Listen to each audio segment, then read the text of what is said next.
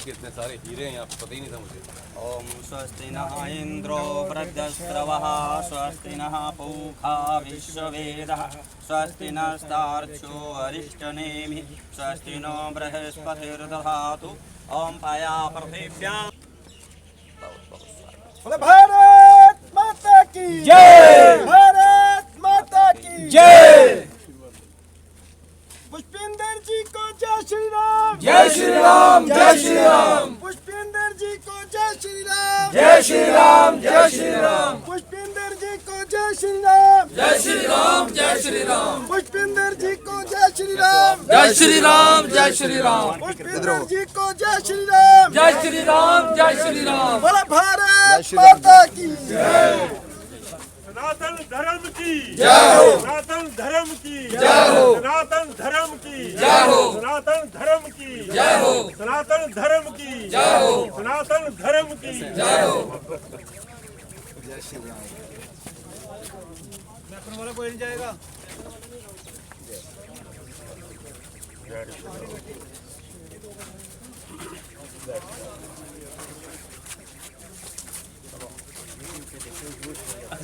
आज तो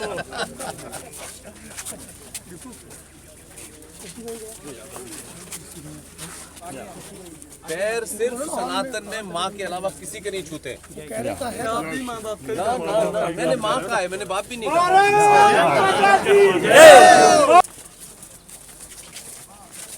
भारत माता की जय, भारत माता की जय, भारत माता की जय, भारत माता की जय, भारत माता की जय, भारत माता की जय। जय श्री राम, जय श्री राम, जय श्री राम, जय श्री राम, जय श्री राम, जय श्री राम। नमो पार्वती पते माता की जय, माता की जय, माता की जय हो महाराज, जय श्री राम प्रभु।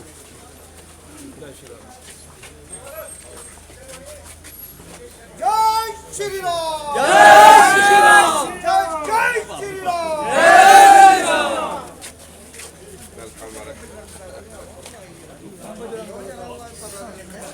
जय करा वीर बजरंगे।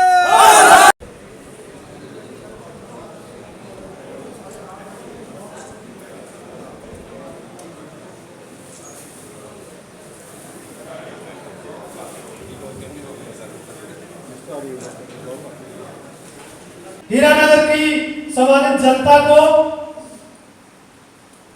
एक प्रार्थना करना चाहूंगा कि अपने अपने स्थानों से उठकर इनका तालियों के साथ हार्दिक अभिनंदन करें। ये हमारी तरफ से एक स्वागत है, हार्दिक अभिनंदन है कि आपने इस पावन धरा पर आकर हम लोगों को यहाँ पे ये सौभाग्य बख्शा है। आपको बारंबार नमस्कार, बारंबार आपको प्रणाम।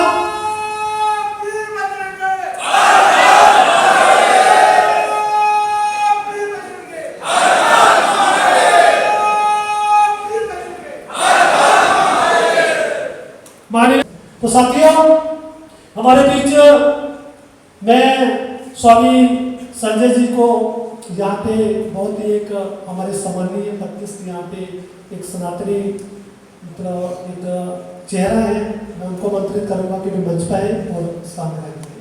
स्वामी संजय।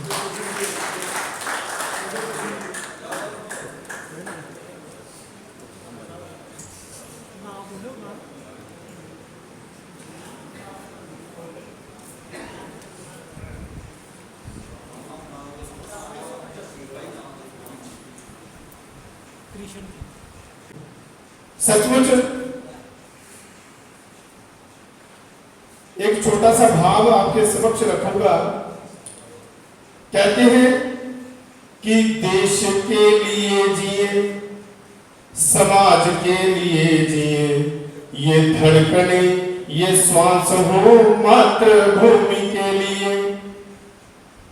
गर्व से सभी कहें एक है हम एक है, जाति पंथ भिन्नता स्नेह सूत्र एक है।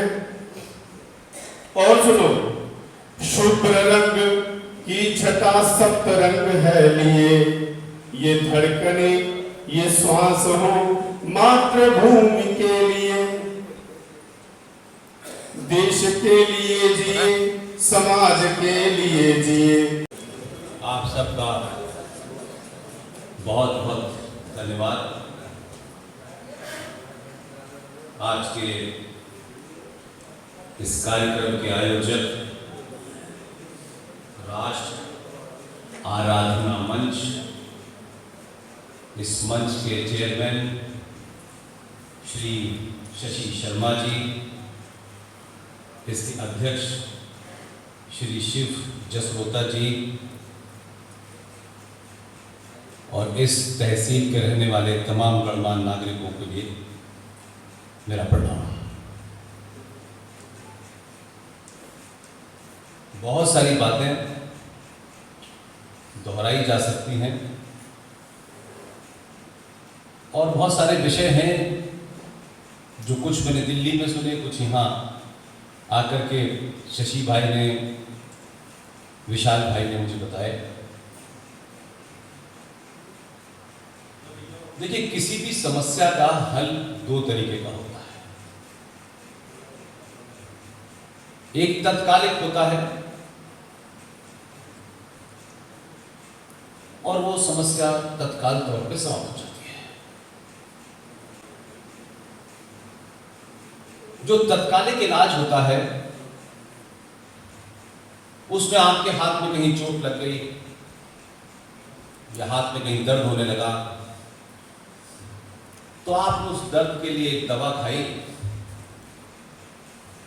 और दर्द समाप्त हो गया। आप समझते हैं कि दवा खाने से जो दर्द समाप्त हो गया है वो समाप्त नहीं होता है।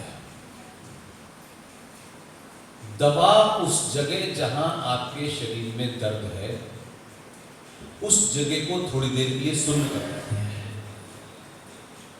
इसलिए जब वो जगह सुन्न हो जाती है तो वहां से आपके ब्रेन में सिग्नल ही नहीं जाता और आपको लगता है दर्द खत्म हो गया। ये जो आधुनिक दौर की ये जो मेडिकल की शिक्षा है जो भारतीय नहीं है वो यही काम करती है। और जो हमारी पद्धति थी जो सदियों दर सदियों से थी उसे हम लोग होम्योपैथी कहते हैं। हम उस संस्कृति को मानने वाले लोग थे कि अगर शरीर के अंदर कुछ गड़बड़ है तो वो गड़बड़ कहां से पैदा हुई, कैसे पैदा हुई, वो वैद्य उसको जानने की कोशिश करता था। और जब वो वैद्य उस जगह को समझ लेता था कि यहां से ये पैदा हुई है, उसी जगह को समाप्त कर देता था। फिर वो 100 साल तक दोबारा नहीं होती थी। हम उस पद्धति के लोगों ने झूठ, मक्कारी, फरेब, अगड़ा, पिछड़ा, ब्राह्मण, ठाकुर, बनिया, ये सब इसलिए रचा कि हम सब बहुत हल्के और सस्ते में बिकने वाले लोग हैं। इसलिए किसी भी समस्या को हम जड़ से नस्ते नाबूद नहीं करना चाहते, क्योंकि किसी के पास समय नहीं है, क्योंकि आप बिजी हैं, क्योंकि आपकी वजह से दुनिया रुक जाएगी, ये समझते हैं आप। तो हम या तो उस समस्या से भागते हैं और क्योंकि हमारा जीवन शैली हमने ऐसी बनाई है कि ये हमारा काम थोड़ी नहीं कोई दूसरा करेगा, मैं क्यों करूं। और किसी भी समस्या को आप अगर उसका सामना नहीं करेंगे तो आप लगेगा कोई दूसरा करेगा। अभी इतने सारे सुरक्षा कर्मी हैं, अगर इनको पता हो कि यह हमला होने वाला है या हो सकता है तो कुछ लोग अंदर खड़े हैं, कुछ लोग बाहर खड़े हैं, कुछ लोग सेंट्रल ऑफिस से निगरानी कर रहे हैं। ये कहें कि नहीं, जब तक होगा नहीं तब तक मैं एक्शन करूंगा ही नहीं। तो ये कोई गारंटी नहीं है कि हमला होने के बाद जो एक्शन करने वाला है वो जीवित बचेगा कि नहीं बचेगा। एक समझदार सिविलाइजेशन, एक समझदार समाज समस्या होने के बाद उसके ऊपर चिंता नहीं करती, बल्कि ये ध्यान में रखती है कि ये समस्या पैदा ना हो, उसका इंतजाम करती है। दुनिया में अगर सबसे बड़ी कोई सच्चाई है तो सिर्फ मां है, उसके अलावा कोई नहीं। मां क्या है? मां ने 9 महीने पेट में रखा है आपको, रखा है ना? और उस प्रोसेस के बाद में जो अंत में पीड़ा होती है, उस पीड़ा में कभी कोई बता सकता है किसी मां के आंसू निकले होंगे? नहीं निकलते। और दुनिया में ये बात सिर्फ मां को पता है, लेकिन हमारे यहाँ ये मैकालो की शिक्षा के आने के बाद जब पहला गुरुकुल ब्रेक किया गया, मैकाले ने जब अपनी संसद में कहा कि भारत के अंदर अगर लंबे समय तक राज करना है तो जो सबसे ताकतवर संस्था है, इंस्टीट्यूशन है, जब तक हम उसको डिमोलिश नहीं करेंगे हम लंबे समय तक राज नहीं करेंगे। क्योंकि वो पूरी पद्धति है, वो संस्था नहीं है, उसके मेंबर नहीं बनते हैं, वो पूरा जीवन जीने की पद्धति है, उसे नष्ट करने के पहला गवर्नमेंट स्कूल खुला वो बंगाल में खुला। और उसमें कितना बड़ा पाप था, हम जाने अनजाने कर रहे थे, वो चले गए, उसके बाद भी चलते रहे। मैं उस भाव को बताना चाहता हूं कि आप बिल्कुल चिंता मत कीजिए कि आपके पूर्वज दुनिया में कोई दूसरे हो ही नहीं सकते।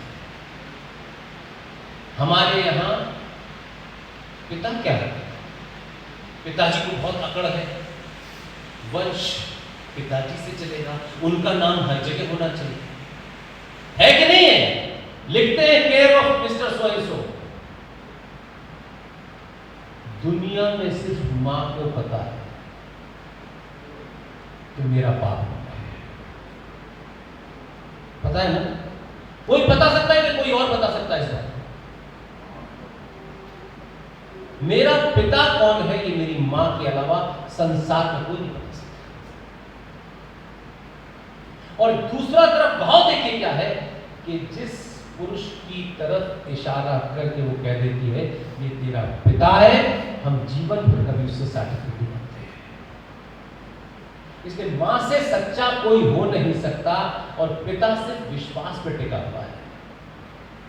ये जो अकड़ आज के मैकाले के बाद आई है ना इस देश में कि परिवार तो पुरुषों से चलता है, पुरुषों का नाम होना चाहिए। गलती से 5 साल के बच्चे को इधर की जगह इधर इशारा कर देती, पिताजी पिताजी के लोग निकल जाते हैं, घूमते रहते सड़क पे खड़े होकर, पिताजी कहाँ है? धन्यवाद करो उस माँ का, उसको तुम रुलाने पे मजबूर करते हो, उसके साथ अत्याचार करते हो। ऐसी सभ्यता जहां मां होती हो वो कभी फल नहीं सकती है। तो नीचे की रेस को ऊपर जो जाता है तो आपकी बॉडी पे पड़ता है तो आपको थोड़ा अच्छा लगता है। बात में लड्डू रखने की परंपरा हमने लड्डू रखने के लिए नहीं, वो भाव था कि लोग वहां जाए कैसे, उनको साइंस तो नहीं पता थी, तो उनको तो आस्था का कोई वंशज नहीं, कोई वंशज सत्ता में नहीं बैठा हुआ। सुभाष चंद्र बोस का एक भी परिवार का आदमी सत्ता में नहीं है। जिन लोगों को लगता है हम तो हमारे तो सुभाष चंद्र बोस 14 भाई थे, 90 नंबर के थे, 13 को दुनिया नहीं जानती, सुभाष को जानती है। गिनती से कुछ नहीं होता है।